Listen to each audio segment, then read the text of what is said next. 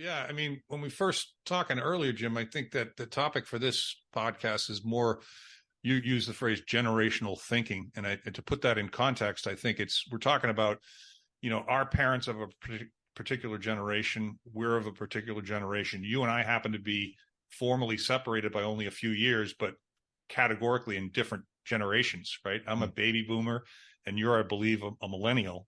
At the high end, and I'm at the last vestiges of baby boomers. And it's funny how I used to think about that phrase baby boomer. I never really attached it to me until I got a little older, like maybe the last 10 or 15 years. I'm like, oh, I'm a baby boomer. Goodness gracious. That means I'm old. Yeah. And then we've got kids. You've got a son and a daughter, and I think they're late 20s, early 30s, maybe. And yep, and I've got mid 20s to mid 30s. And then, you look back, I'm 62, my girlfriend's 62. We come from very, very different upbringings from a worldview standpoint. She grew up in a Democratic family with a father who worked in a union. I grew up in a more conservative family. My father also worked in a union, though, because the airline pilots are a union. That's an interesting thing. But, she and I think very similarly, I think mostly because of our generation. We were doing the same things growing up. We were sitting at the table having dinner, right? We were saying our prayers. We had a certain level of respect for our mother and father. There were certain things that were just, I don't know, when I look back on them, I kind of assumed that everybody did that. But I think generation to generation, for different reasons, one of them mainly is technology. I mean, you probably have the same situation, but I think my kids can type 80 words a minute. Not one of them took a typing class because they grew up with those devices. So there's all kinds of places to go with this differences in generational thinking. Yeah. Well, as you were talking about generational thinking, there's also geographical thinking, right? Because there's the generation you grew up in, which can be very different. And we're at a time when you have multiple generations interacting with one another. And then you throw in then also the mix of, male and female. Think about it. Years ago, there wasn't nearly as many females in the workforce. So there's obviously an increase of that, which is very positive. In addition to the generational thinking, then you have geographical thinking, because whether you're from the East Coast or the West Coast, big difference in just the way you view the world. Yeah. And then in my weekly interactions, I'm dealing with, I have a team in Europe. I'm dealing with all different types of nationalities. Cultures. Yeah. So it's there's many, it's not just generational. There's geographical, there's cultural, there's religious, there's all these types of thinkings that now we have to be conscious of that. I think that's, it's not, we're not looking for a wrong or right here, by the way. But if you're not, this is back to kind of our core, our main objective about the Imperfect Men's Club, right? It's starting with yourself. Be self-aware. Do a self-evaluation. I think that it speaks to that, because then we break it up into these 5 areas, but it starts with ourselves, that we're aware that there's these other people. I think I like the word that you use, conscious of them. And I'm glad you didn't use the word sensitive to them, because I think there's a real big challenge today with people being too sensitive about too many things. That's definitely a generational thing. Because when you and I remember vividly, my high school football team on game day, they had red shirts and they said, "No pain, no gain." Yeah, that was a thing, man. That was a thing. Yeah. They wouldn't consider wearing a shirt like that today. Something I want to throw out there, and then we'll move on to these generations that you and I have lived in, that's been exposed to World War II and so on. But I think the word entitlement has come up recently, and at first I don't like it. It's one of those trigger words, the word entitlement, because I didn't fully understand the context. But I understand when somebody speaks from a position of entitlement, it's almost as they hold themselves higher than everybody else, and everybody else should be. And so I don't like the word. It's a trigger word, but I think it's worth talking about, because I think some generations speak from, this is the way it should be. And particularly older people as in from their perspective in life, things need to be more like them.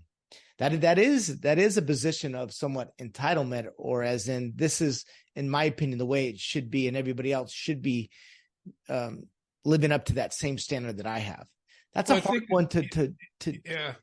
I think it's well, I'm sure you were as well, but I was always trained and taught to respect my elders. And I think, if you go back into, ancient times with tribes and stuff, that was just a thing. There was the chief and he told the stories and everyone sat around the fire and listened. And that was where people gleaned their wisdom. And I think that's fading away. And maybe I'm being melancholy. I don't know. But I remember sitting around the dinner table when my uncles would come over once a month, I think, to play poker. And there'd be like 6 of them. And they're all, half of them are drinking beers. There's some cigarette smoke blowing around. I'm sitting on my uncle's lap. He's teaching me how to play poker. I had the utmost respect for all these guys, and they just deserved it, right? Man. I never thought about them earning it. I just gave it to them. It was like, oh my God, this is so fucking cool, And they were Irish Catholic storytellers, and a couple of them had been all over the world, And so that to me is generationally telling, and I think that one of the things that But hold on, let's stay with that, because again, and this is, of course, I'm not judging you, or that's definitely your family. But if you go back and you break those guys down, you're taking advice for some guys that obviously were doing the best they could with what they had to work with. Mm-hmm. But first of all, they didn't have the answers, but they sure spoke like they did, right? And at that time, they had some answers to some things of what they know, and you don't know what you don't know, right? That's right. None of them. Well, the ones that were in the war didn't talk about the war, right? And the other interesting thing that and this is going to sound arrogant, but my father, who was one of the top 2 poker players, because he didn't drink when he was playing poker, and he was very conservative in the way that he approached the game, and he's a mathematical friggin' genius, so he almost could count cards. He could give himself better odds by watching the cards that were turned up, which most people can't do. But he was also like, he wasn't a drinker. He wasn't a philanderer. He church going guy. He did like almost everything right. So I had the ability to look at my uncle, Kevin, who was an alcoholic for 50 years. And I only knew him as a sober man. He's got mermaids and fucking champagne cups tattooed to both arms when he flexes his muscles. He was in the Navy. He was a heavyweight champion in the South Pacific in the Navy. I mean, this guy was a tough motherfucker. The opposite of my dad. Not that my dad wasn't tough, but I could see the context of everything my uncles would share with me: profanity, sexual innuendo, jokes, stories. And I had this context of, well, this guy, my dad, I can bounce all of this off of him and say, okay, if it's really not even close to what he believes in, then I'm going to go with what he believes in rather than what they believe in, because that doesn't seem to. Yeah, I think the point is there was probably some bad advice inside that on that poker table. So it doesn't mean just because they're older you respect them and follow them. There's a lot of other examples of that. So that's all I wanted to share, is that there's one thing respecting a generation, but believing everything they say. Challenging it is good. There's a lot of. Oh, of course. I think challenging, but again, it's like, we used to have to go and answer the doorbell when my parents had parties, and we'd open the door and we'd greet the guest. Can I take your coat? Take the coat upstairs. I was 12, 11, 10. I look at my kids and I'm like, I don't think they ever did that. I don't remember ever driving or them ever walking to school. That's a generational thing. I walk 2 miles each way, But getting back to generational thinking, let's just, where does this occur when you have, well, you were sharing with us today with some interactions and some deals you're putting together, right? And you're dealing with people that see the world very differently than you and I do. Yes. I think that a couple of 20-somethings and my point of contact, I think, is close to my age, some late 50s. So I got that generation, which is mine. And I got this generation, which is actually my youngest child's, so it's not like I don't have any experience in that generation, but it probably is something that I should consider more prior to engaging someone that's in their 20s versus someone that's in his 50s or 60s. and I guess I don't, because I'm thinking back on this last interaction. I never thought to myself, be conscious of the fact that you're talking to a 25-year-old. I never did that. I never did. Well, I'm impressed that you're even acknowledging that. And that's what I was saying. There is a sense of entitlement. Yeah. It's unintentional. But if they pick up on that, I'm just talking about my recent experiences and triggers to that generation. If they detect that you're speaking from a place of entitlement or authority, it doesn't always favor us at this stage in our life. In fact, it could discount us to the point where they're subconsciously maybe even trying to undermine us, or again, not intentionally, but almost sabotage it just because whatever's going on in their head. Well, I know that's extreme, but I've heard them speak when we're not around, and I think you'd be surprised. And there's something to learn from that, right? Probably. It makes me think of, and this is years ago now, say 10 years ago, 15 years ago, when my kids were in high school, and I was interacting with their friends. We were taking people to their friend's house. We were playing volleyball together. We were going to dances, whatever, Justin Timberlake concert, whatever it was. I got all these 17-year-old girls and boys hovering around, sitting in my expedition, talking. They were very engaged with me. And I don't know if it was because I was engaged with them, or it was because their good friend was my kid.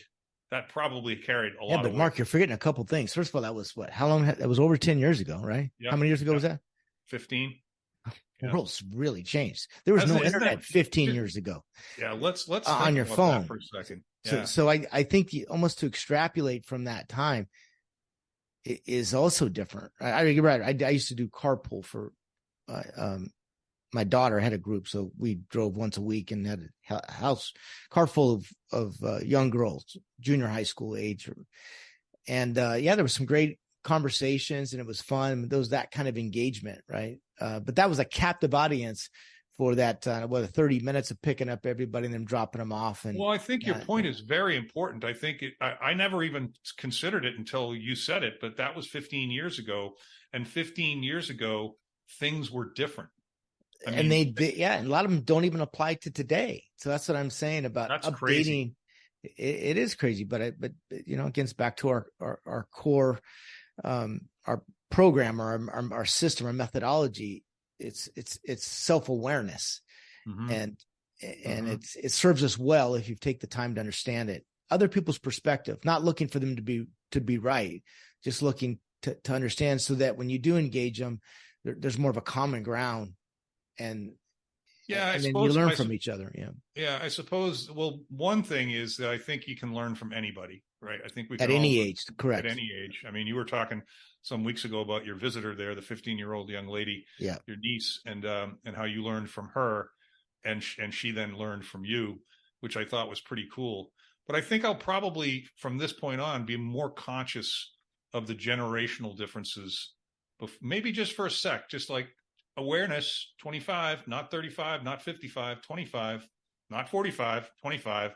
And I think that might help me, because I just recognized that when you brought it up. Well, that's great. I also think that what I recognize is, just because it's different doesn't mean it's bad. There's some things that need to be broken and fixed again. I think I was sharing with you earlier. I live here in the San Francisco Bay Area, born in Oakland, so lived here all my life. And I, as part of this role I have, which a chair position with the National Kitchen and Bath Association, Northern California, we have these events throughout the year. This event yesterday was in San Francisco, and it was really an interesting experience, because I've driven over this bridge many, many times in my life, thousands of times, right? And everybody knows, you hear what's going on in San Francisco, and I'd say it's about 99.9% true. It's bad, right? In terms of just the politics have gone to a point where even the most, let's just say, liberal politicians realize you can't go down this road, right? And but I want to share the positive side. So it's true, there's drug addicts and there's bums, and this beautiful city is almost at its knees right now in terms of falling apart. But it also took me over 90 minutes to go over the bridge. So there's clearly demand. There's people are going there for a reason, right? Yeah. So anybody that thinks that San Francisco is going to drop off, and that's far from truth. By the way, we have a tradition of going through these periods. This is from the gold rush all the way. This happened. And growing up here, I remember in the 70s how bad San Francisco was. Same with New York and even other large cities. That's a valid point. I think we lose sight of that. Well, we do. And I'm going to share something that even I was surprised with yesterday. And that's, we did this. It was at the Design Center. Great event. It was very successful. We sold it out. Beautiful. I don't know, you know this, but September is our month. I mean, if you're going to come to the San Francisco Bay Area, come in September because it is just spectacular. It's clear. It's warm. It's just nice. Right.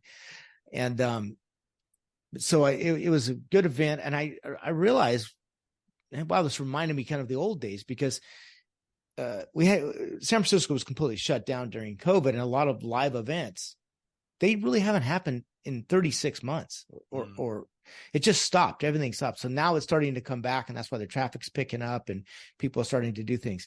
And then I didn't realize until I was kind of leaving, and I was like, where's all the homeless? And the streets are clean and people are smiling and women are dressed up. It's like, wow, it reminded me of the old San Francisco. And so I went to the other side of the financial district because we're doing this big event. And we're doing it at this historical building called the City Club. It was built in 1930, and it's the original building, everything. It's phenomenal. It's just one of those iconic buildings. And since we're doing this big event there, it's hosted by the National Kitchen and Bath Association. I asked wasn't the general manager, but the gal that runs it. I said, hey, we're concerned. There's obviously people are talking about San Francisco, and we're concerned that maybe some people won't want to come to this event because of what they hear on the news. And she also grew up in the Bay Area, and she goes, I have to tell you, that's she lived in Marin, so she says this comes up a lot. Just to give you an idea, Jim, just in the last couple of weeks, the general manager of this facility plus the Four Seasons, was the new one, which is right across the street, together created a group. They raised, I guess, $6 million.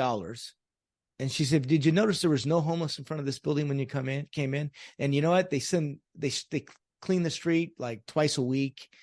And she was right. It's already starting to turn around. And there's cooperation with businesses to clean this up. There's also something that she shared with me was interesting, is that the mayor had been fighting with the city council members to fix the problem, and they couldn't. And then finally the mayor says, you know what, if you can't do it, then she called on the California Highway Patrol and then the National Guard. They arrested like 600 people last week, worked with the DA, prosecuted them. So it's happening. They're making this turnaround to clean it up. I mean, the government, but the government isn't, so they're taking that into their own. That's hand. Right. That means the government in place failed the citizens clearly. That especially the liberal ideology and the politics that created the homeless and the drug addicts and all that stuff. But already, even the businesses, and I'll hand it to the mayor. They're making moves to clean it up, and we'll come back and it'll be different too. It'll be different in its own unique, special way. So I was encouraged. I felt a lot better about seeing change, and in a pretty short period of time. And I think you're going to continue. I think as some people might know, I live in Florida, which is like a different country than California. Yes. But Florida's, also a warm place. So the homeless are attracted to Florida, and you see them here and there. But you also see police officers gently assisting them and moving them to, I don't know where, facilities, homeless shelters, other areas. So it hasn't, and we have a very conservative governor, as you well know, so we're not really bumping into the same issues here. We got people screaming, but yeah, I even think about our leadership now and talk about generational stuff. The two guys that are potentially going to be butting heads against one another in another year, 80 and going on 80. And I have to tell you, Mark, just that is so disappointing that you talk about generational Hey, it's just like you said about it's Gavin just Newsom. embarrassing that we have to. That's our two choices again. It is embarrassing. There's no question, and I don't care. I don't care generational what thinking. I when I drive through San Francisco, I think of two people: Nancy Pelosi and Dianne Feinstein, in power for over 3 decades. Yeah. They created the same problem. They're the ones that created the problem, and they're still in office. Yeah. So. Yeah, I'm getting irritated that we keep reelecting these retreads and expecting change. That's generational thinking. We need to get rid of them. You can't. I love this quote. I don't know if I made it up or stole it from somebody, but you can't kill a thought. It has to die of natural causes. That's just natural causes. Just other forces greater than them wipes it out, or old age. And if America doesn't flush out this generational thinking that got us into this mess, then we're done. But I'm optimistic. I believe that there's a chance this thing could spin around, and I'm hopeful that we'll have more choices than these two guys. Well, I think I mentioned this to you before, and there's a few people that are influential, that like literally influential, like Joe Rogan and Elon Musk and Adam Carolla and Bill Maher. But I think of Bill Maher. I remember when I first started dating my girlfriend, and she had it on record, whatever the name of his show is, and I'm like, I hate that guy. He's mean and he's wicked liberal. My anger to him, my animosity to him was because I saw him. And over, he would eventually get mean.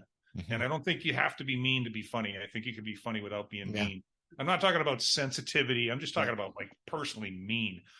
Then I started to watch with her.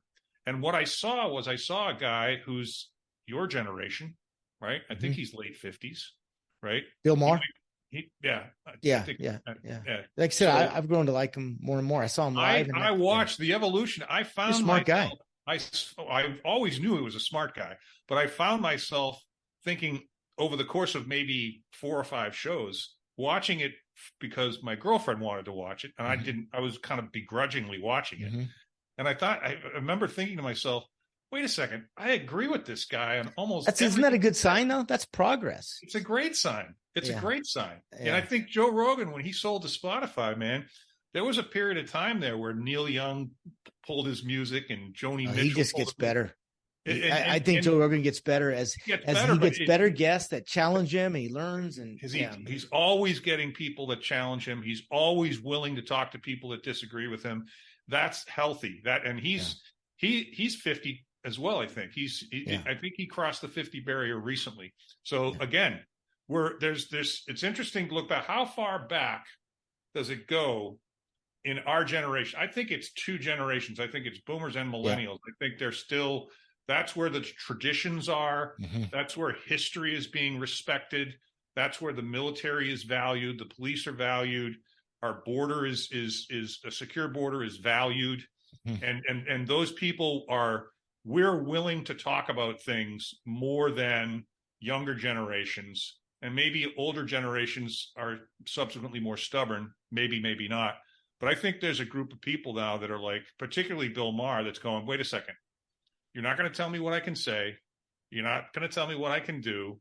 Stop bullshitting me. If you don't know something, just say it's your opinion. Don't claim it as a fact, right? And you can't tell me how to think. He's getting frustrated with the Democratic Party because that's a sign of progress. It is.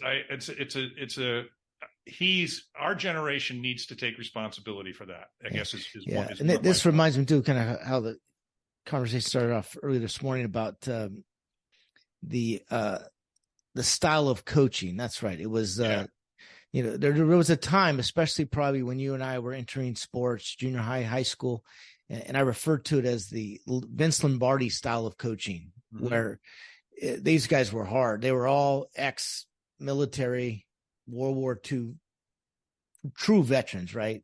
Those guys played on the frozen tundra with no t-shirt. Yeah, that's what I mean. They call it the real Vince Lombardi of coaching, just tough, right? Yeah. And you learned a lot from them, but it was a different style of coaching. And then how that has evolved. Let's just using the football analogy. And then also being part of that transition. I think I mentioned to you at that time, the San Francisco 49ers were starting to win, and then their Super Bowls were coming into their run of Super Bowls, right? Mm-hmm. And then you were using because you were a Boston Patriot fan, so you of course have a lot of Super Bowls yourself that you can look at the organization from the top to the bottom. Mm-hmm. And then San Francisco too. It wasn't just the Tom Brady, it was Bill Belichick, and then it was Robert Kraft, right? Mm-hmm. And that style it's a generation, but it's also a style of a coach, and it starts from the top. And yeah, I like your phrasing earlier when you said, in Vince Lombardi days, we would, break them down and then lift them back up. And now everyone's being told, coach them up. And it's the same thing in corporate America. Manage them up. More empathetic, more empathy, more active listening, more put yourself in the other person's shoes, understand who they are, not just what they are. And we would agree that was a style of coaching. I guess it worked at that time. That's all they knew. But breaking somebody down and trying to build them up, that's not the best thing, probably, especially this day and age, right? But coaching them up, finding their strengths and then coaching them up is a much effective. And I feel, grateful that started to change. And then again, I think I mentioned to you, Bill Walsh was the head coach of the 49ers. He also is a Hayward High football alumni. So there's a lot of tradition because he went to the same high school that I went to. And he changed football in a lot of ways, not just the X's and O's, but the style of football, about being a respectable, solid guy, on and off the field. And it was very different than even the Raiders style that I had grown up with earlier, because it was the Oakland Raiders and that whole era. So very different. very different, right? But Bill Walsh and by the way, he wasn't a great player, and neither was Belichick. They weren't great players. Most of the great coaches aren't good players. They're either mediocre players, or they're actually they make it as high as they can go with their talent, which is admirable. So they play like college or maybe AAA or D League or whatever the profession is. Like Tommy Lasorda, I remember, same thing. He was like a mediocre C League pitcher, but that's a topic for another time. It's a style of coaching that doesn't come from. You don't get there with your raw talent. You had to get there and seeing the game differently. And Bill Walsh, I think, was a great example of that. Pioneer of that. So and then also we talked about this too. It's not just a generational, but it's also a cultural part. It's also embracing these different cultures. He's also at that time, obviously a lot more African Americans were coming into the game and utilizing their talent in a way that really embraced that. So it was a cultural difference going on in these generations too, from the 60s to the 70s, 80s, and then 90s, and right into today. No, I think people are prejudicial and racist based on, I think, their parents. I don't think that's a learned skill. I grew up in a town. My parents weren't racist. They frowned upon that. But there was only one black family in the town I grew up in. One. Interesting. Yeah. And then in the mid 70s, they started busing black kids in from the cities. And so we had a few. I played basketball with a couple of the guys that got bussed in.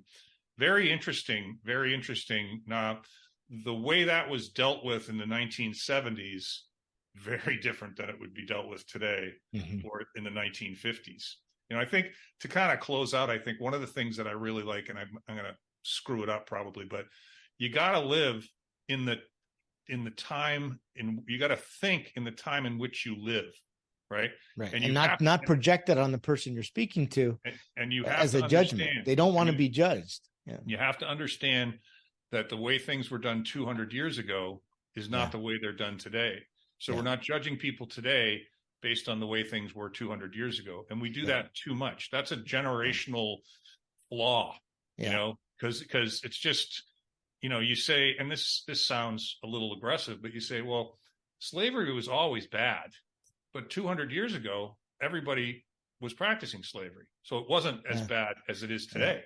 And that has to be factored in. It has to be factored into discussions. And I didn't want to use it as an example either, but you're right. It was at the time probably a practical idea, but a terrible, terrible result. Well, I think there were evil people that were doing it. I don't know if Mark, I don't know if it was completely driven by evil. No. I don't think it was. And let me finish. There were plenty of evil people that were taking bad care of their slaves and being shitty to people. And then I guarantee you, there was a big part of the population was like, well, we're doing this to compete because this labor is less expensive, but it doesn't feel right. And those were the people that said, as soon as like Lincoln or whomever came into the field and said, we're getting rid of this, these people are like, oh, phew, now we don't have to practice that anymore. Like that was going on. I guarantee you. And I unfortunately, I got to wrap up because I got to jump on something here in another minute. But I think recognizing generationally in the past generation, like the World War II analogy, it's like those guys were different guys than the guys that are 25 today. They're different guys. And so I think we just we can't throw out history. We have to recognize the generational differences when we're talking to younger people and older people today. And things that were done in the past that were bad, we're not doing most of them anymore. Yeah. We learned. Yeah. I think it's great. And I think it's also to unfairly criticize them for what their decisions they made at that time. That is so wrong. It's completely without context. It's completely exactly. People talk without context way too often. Yeah. So, all right, Jim, I enjoyed it as always. And next week. I'll catch up with you in the next couple of days. All right. See you.